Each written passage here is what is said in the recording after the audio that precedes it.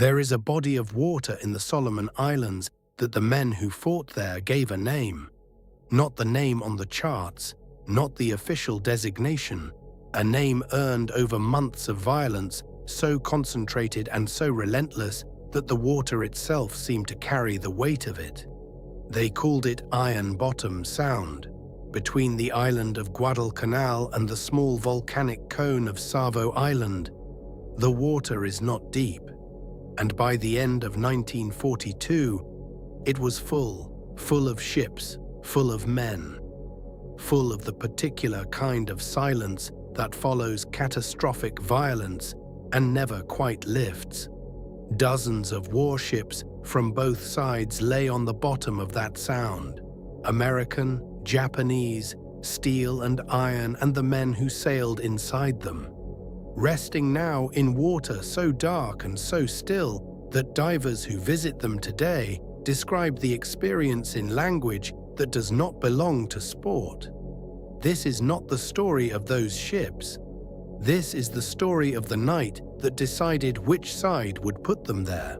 November the 12th, 1942. 3 months after John Basilone held the machine gun line at Henderson Field. The island is still contested, the airstrip is still the prize, and Japan has not given up, not even close. This is steel rain, the men history almost forgot.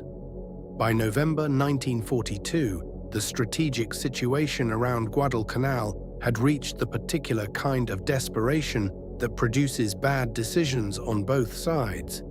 The Japanese had committed everything to retaking Henderson Field, not because the airstrip itself was beautiful or significant, but because whoever controlled that airstrip controlled the air over the entire southern Solomon Islands, and whoever controlled the air controlled what could move on the water beneath it during daylight hours. And what moved on the water determined who could feed and reinforce their men on the island. The Japanese had been running supply missions at night for months, destroyer convoys down a channel the Americans called the Slot, unloading men and equipment in darkness and retreating before dawn brought the Henderson Field aircraft back into the air. They called it the Tokyo Express. It worked, but barely. The Marines on Guadalcanal were exhausted and half-starved, but so were the Japanese soldiers in the jungle across the wire. The stalemate had to break. Admiral Isoroku Yamamoto, commander of Japan's combined fleet, understood the mathematics. The airstrip had to be destroyed. Not suppressed, not damaged, destroyed. Every aircraft on it, every fuel dump, every maintenance facility, burned to nothing in a single night of sustained naval gunfire, so that when the troop transports arrived the following day, they would land on an island that could no longer defend its own sky. The weapon he chose for this was the one the Imperial Japanese Navy had been building toward for a decade. Battleships, not cruisers, not destroyers. Battleships, the largest, most heavily armed surface warships in the world, the instruments of national power, the reason navies existed, specifically the battleships Hiei and Kirishima, each one armed with 14-inch guns that fired shells weighing nearly 1,000 pounds apiece. Each broadside from a single battleship delivered 11,920 pounds of steel and explosive toward whatever it was pointed at. For comparison, the heaviest American cruiser in the waters around Guadalcanal that night could fire a broadside of 2,340 pounds. The mathematics were not close.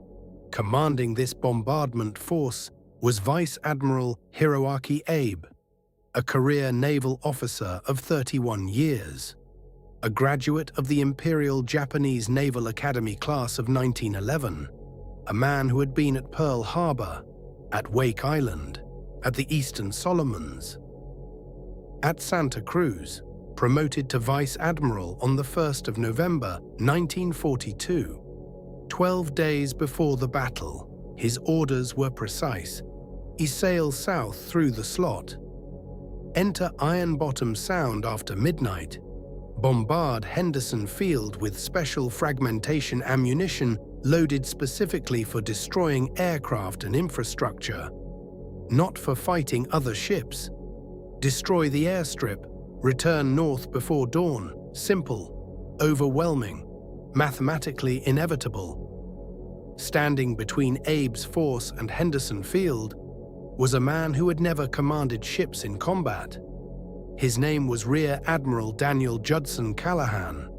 He was 52 years old, born in San Francisco, California on the 26th of July, 1890. His grandfather had come from County Cork, Ireland during the famine years of the 1840s and built something from nothing in a new country. And that quality, the stubborn refusal to be destroyed by what was in front of him, appears to have passed down the line with some consistency. Callaghan was devoutly Catholic, an altar boy who grew up camping in the Yosemite Valley with his family. A young man who attended St. Ignatius College Preparatory in San Francisco and then the United States Naval Academy, graduating in the class of 1911, 38th in a class of 193. In that same class was a man named Norman Scott, who would also die in Ironbottom Sound on the same night as Callaghan, in the same battle, fighting the same enemy. Two classmates from Annapolis, both awarded the Medal of Honor. Neither would survive to receive it in person. Callaghan spent his career building a reputation for conscientiousness, for precision, for the particular devotion to naval gunnery that marks officers who understand what ships are actually for. His captains wrote of him in terms that appear repeatedly across his record: sound judgment, loyalty in subordinates, devotion to duty. In 1938, at a point in his career when the next command would have been a major vessel and advancement depended on it, Daniel Callaghan was pulled from sea duty and assigned to the White House, naval aide to President Franklin Delano Roosevelt. The assignment distressed him deeply. 3 years on shore at the moment that mattered most. 3 years of diplomatic events and protocol and ceremonial duties while the world moved toward the war that everyone could see coming. He fulfilled his obligations with characteristic conscientiousness. He took a personal interest in the development of the 40mm Bofors anti-aircraft cannon for the fleet and waited.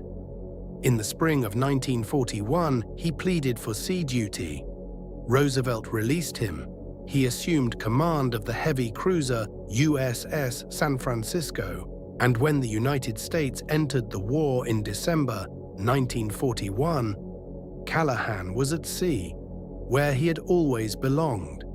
By November 1942, he was Rear Admiral, Chief of Staff to Commander South Pacific Force, and he had still never commanded ships in combat. The man who had never fought was about to be handed the only force available to stop the largest Japanese naval bombardment of the entire Guadalcanal campaign. Admiral Richmond Kelly Turner made the command decision based on the rules. Callaghan outranked Rear Admiral Norman Scott by 2 weeks of seniority. 2 weeks. The regulations said Callaghan commanded. Many historians believe this was the wrong decision. Scott had fought the Battle of Cape Esperance 6 weeks earlier. He knew what a night surface action felt like. He knew what his ships could do and what they could not. Callaghan had the rank and the record, but not the experience. Turner withdrew the transport ships from Ironbottom Sound as darkness fell on November the 12th. He gave Callaghan everything he had left and sailed away. 5 cruisers, 8 destroyers, 13 ships total, against 2 battleships, 1 light cruiser, and 14 Japanese destroyers.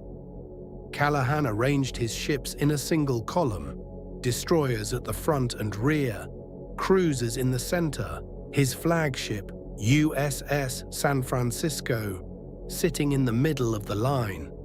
He made one decision that night that historians have never stopped debating. The 5 ships in his formation equipped with the new SG radar, the best radar available to the American Navy in 1942, were placed in the middle and rear of the column. Not at the front, Helena, the ship with the best radar in the entire formation, was positioned 8th in line, not leading, not in a position to give Callaghan the best possible picture of what was coming at him in the dark. He did not issue a battle plan to his ship commanders. What he gave them instead was a decision.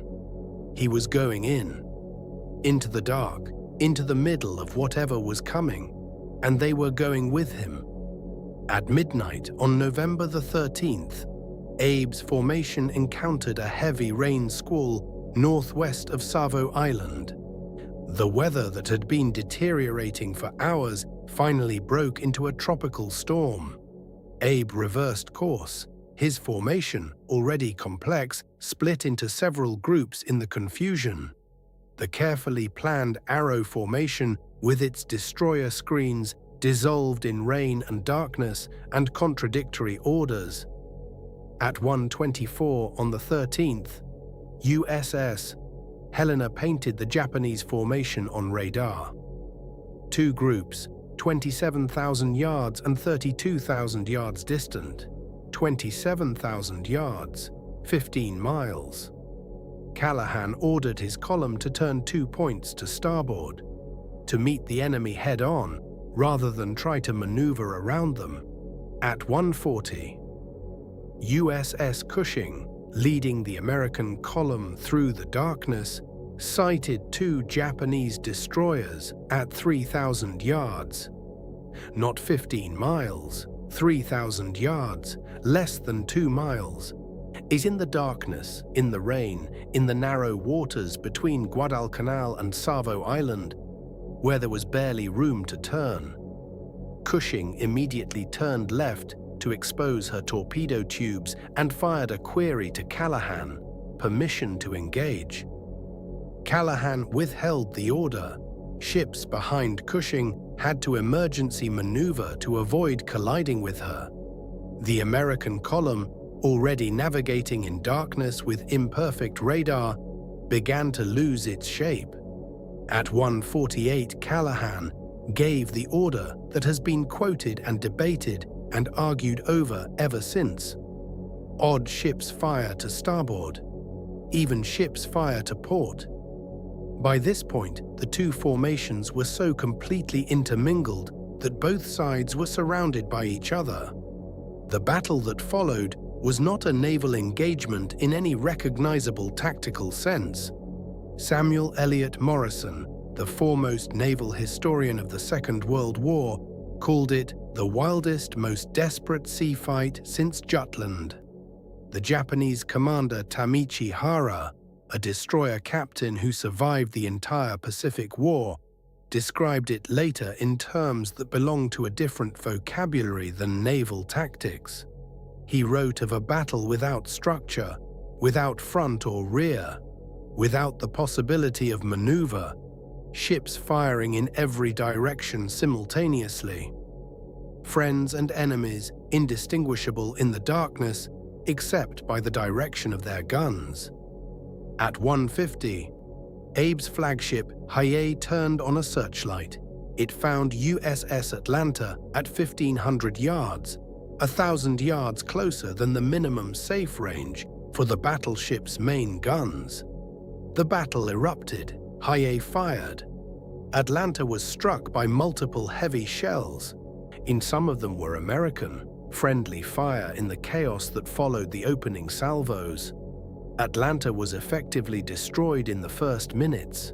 Admiral Norman Scott, Callaghan's classmate from Annapolis, was killed on Atlanta's bridge, and then something happened that Vice Admiral Hiroaki Abe had not planned for. USS O'Bannon, an American destroyer, 440 feet long, 1,600 tons, armed with 5-inch guns that were irrelevant against battleship armor. O'Bannon closed on Hiei, not away from it, toward it. She came in so close that Hiei's main battery could not depress its guns far enough to hit her. The 14-inch guns, that had seemed so decisive in the mathematics of this engagement, were pointing over the top of the destroyer that was now underneath them. O'Bannon opened fire with everything she had at point-blank range. Her 5-inch shells could not penetrate Hiei's armor, but they could set fires, they could destroy superstructure, they could flood steering rooms, they could kill men on bridges and in gun positions and in machinery spaces. They did all of these things. Other American ships followed O'Bannon's example, not because they were ordered to, because there was no room to do anything else. The formations were so completely intermingled that closing to suicidal range was simply the reality of the position they were in.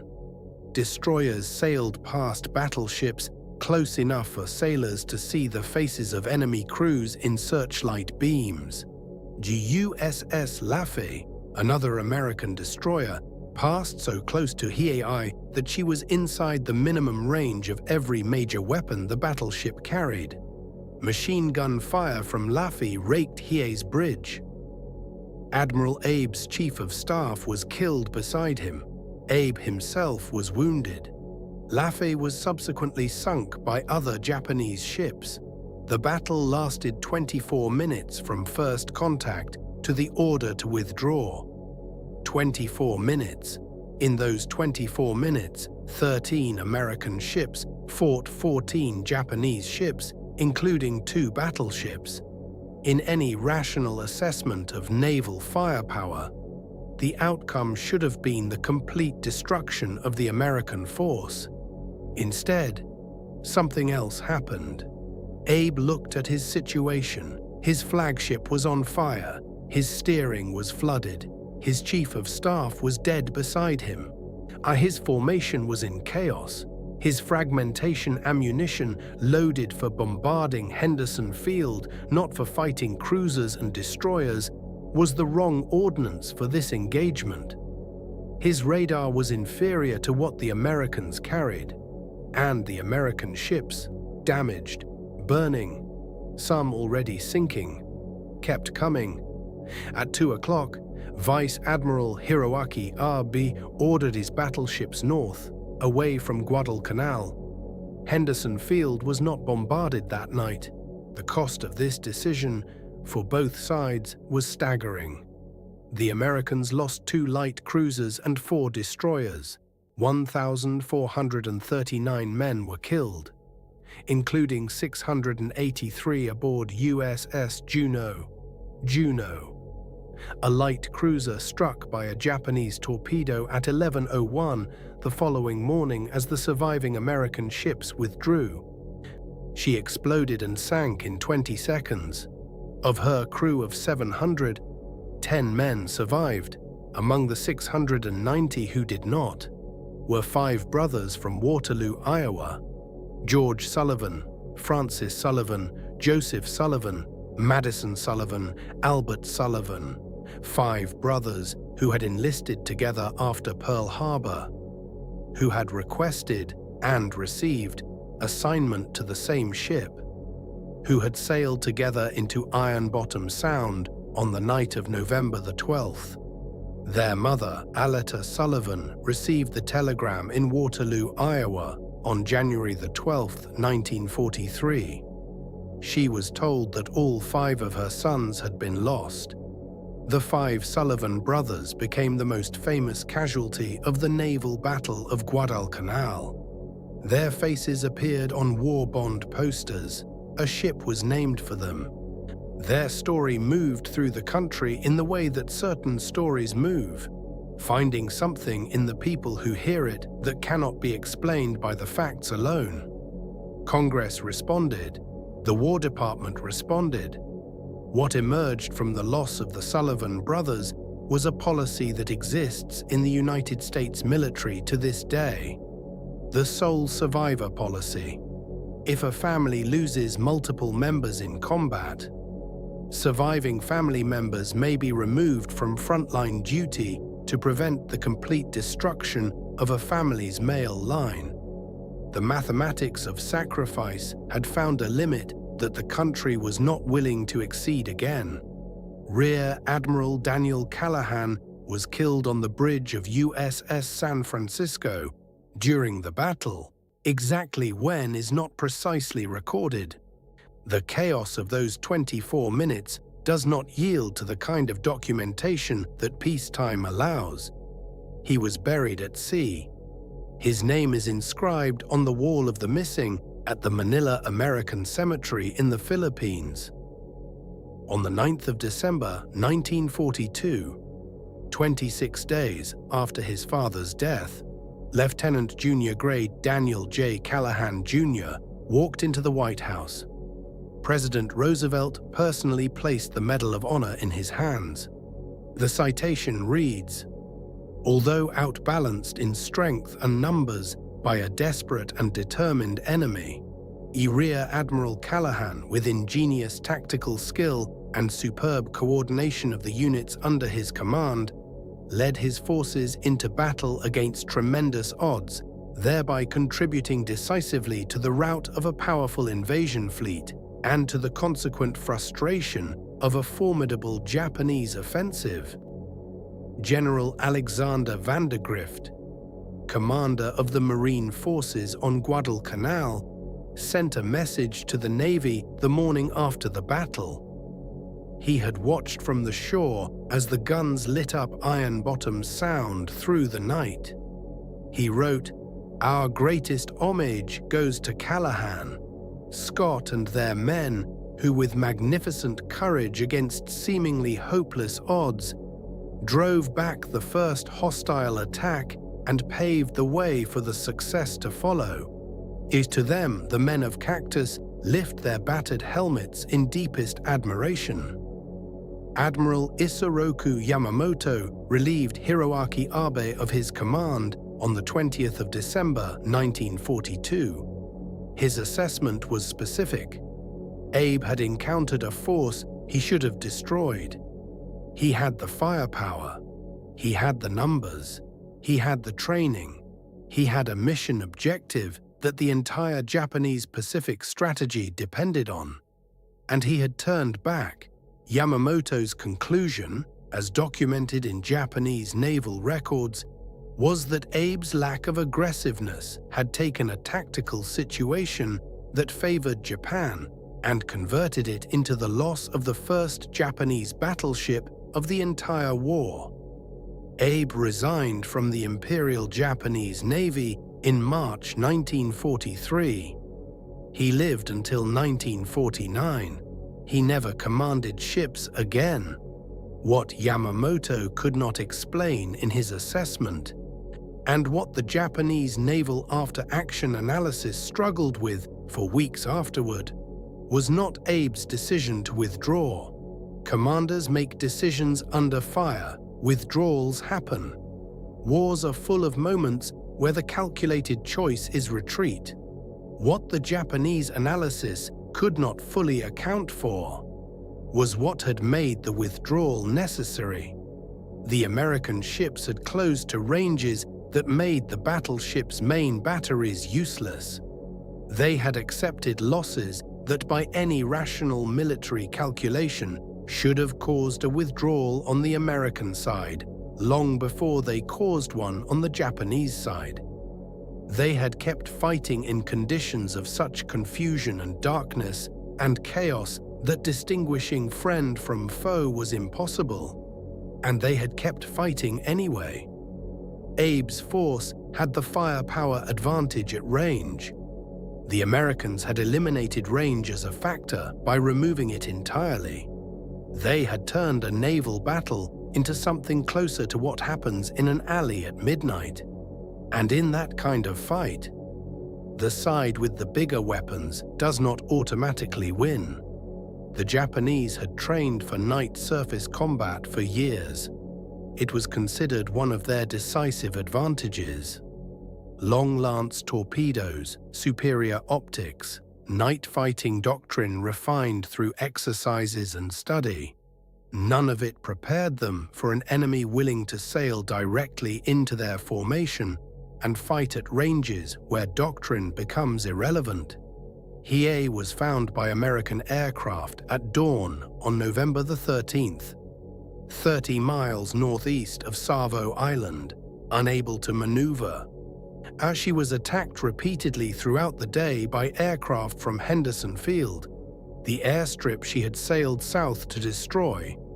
She sank stern first as the sun went down on November the 13th, 1942. The first Japanese battleship lost in the Second World War. The naval battle of Guadalcanal was not over. It continued for 2 more nights, with 2 more engagements, before the waters around Guadalcanal finally went quiet. In the full accounting, the Japanese lost 2 battleships, 1 heavy cruiser, 3 destroyers, and 11 transport ships. The troop transports that had been waiting behind Abe's bombardment force, carrying 13,500 Japanese soldiers, never reached Guadalcanal in effective numbers. The last major Japanese attempt to retake Guadalcanal had failed. A Japanese resistance on the island ended on the 9th of February 1943. The evacuation of surviving Japanese troops, conducted in secret and with considerable skill, removed the last organized forces from the island. But the island was gone. The momentum was gone. The strategic initiative in the Pacific, which Japan had held since December the 7th, 1941, passed to the United States in those waters off Guadalcanal in November 1942, and it never came back. In Ironbottom Sound today, the ships are still there. Hiei, Atlanta, Juneau, Laffey, Barton, Munson, Cushing. The water preserves them in the particular way that deep, cold water preserves things. Not intact, not beautiful, but present, resting on the bottom of a sound that bears the name the sailors gave it. Ironbottom. Daniel Callaghan is not among them. He was buried at sea, and his name is on a wall in Manila. His son lived until 2006. His widow sponsored the first ship named for her husband, USS Callaghan, commissioned November the 27th, 1943. 1 year and 14 days after the battle, she sank in a kamikaze attack in July 1945. The war was not finished with the name Callaghan. What Yamamoto's assessment missed, what the Japanese naval analysis circled around without ever quite naming, was not a tactical innovation or a technological advantage or a superior doctrine. It was something older than any of those things. It was the specific quality that Daniel Callaghan carried from his grandfather's decision to cross an ocean alone, through 30 years of naval service, to the bridge of a cruiser in the darkness of Ironbottom Sound, on the night of November the 12th, 1942, the refusal to accept what the mathematics were telling him. He had fewer ships, smaller guns, no combat experience, a formation in chaos, an enemy with battleships. He sailed into them anyway, and the line held. 13 ships, 24 minutes, one man who had never fought before, who had spent 3 years desperate to return to the sea, who was killed on his bridge doing the thing he had always believed he was meant to do. The men of Cactus lifted their battered helmets. And now, you know, steel rain, the men history almost forgot.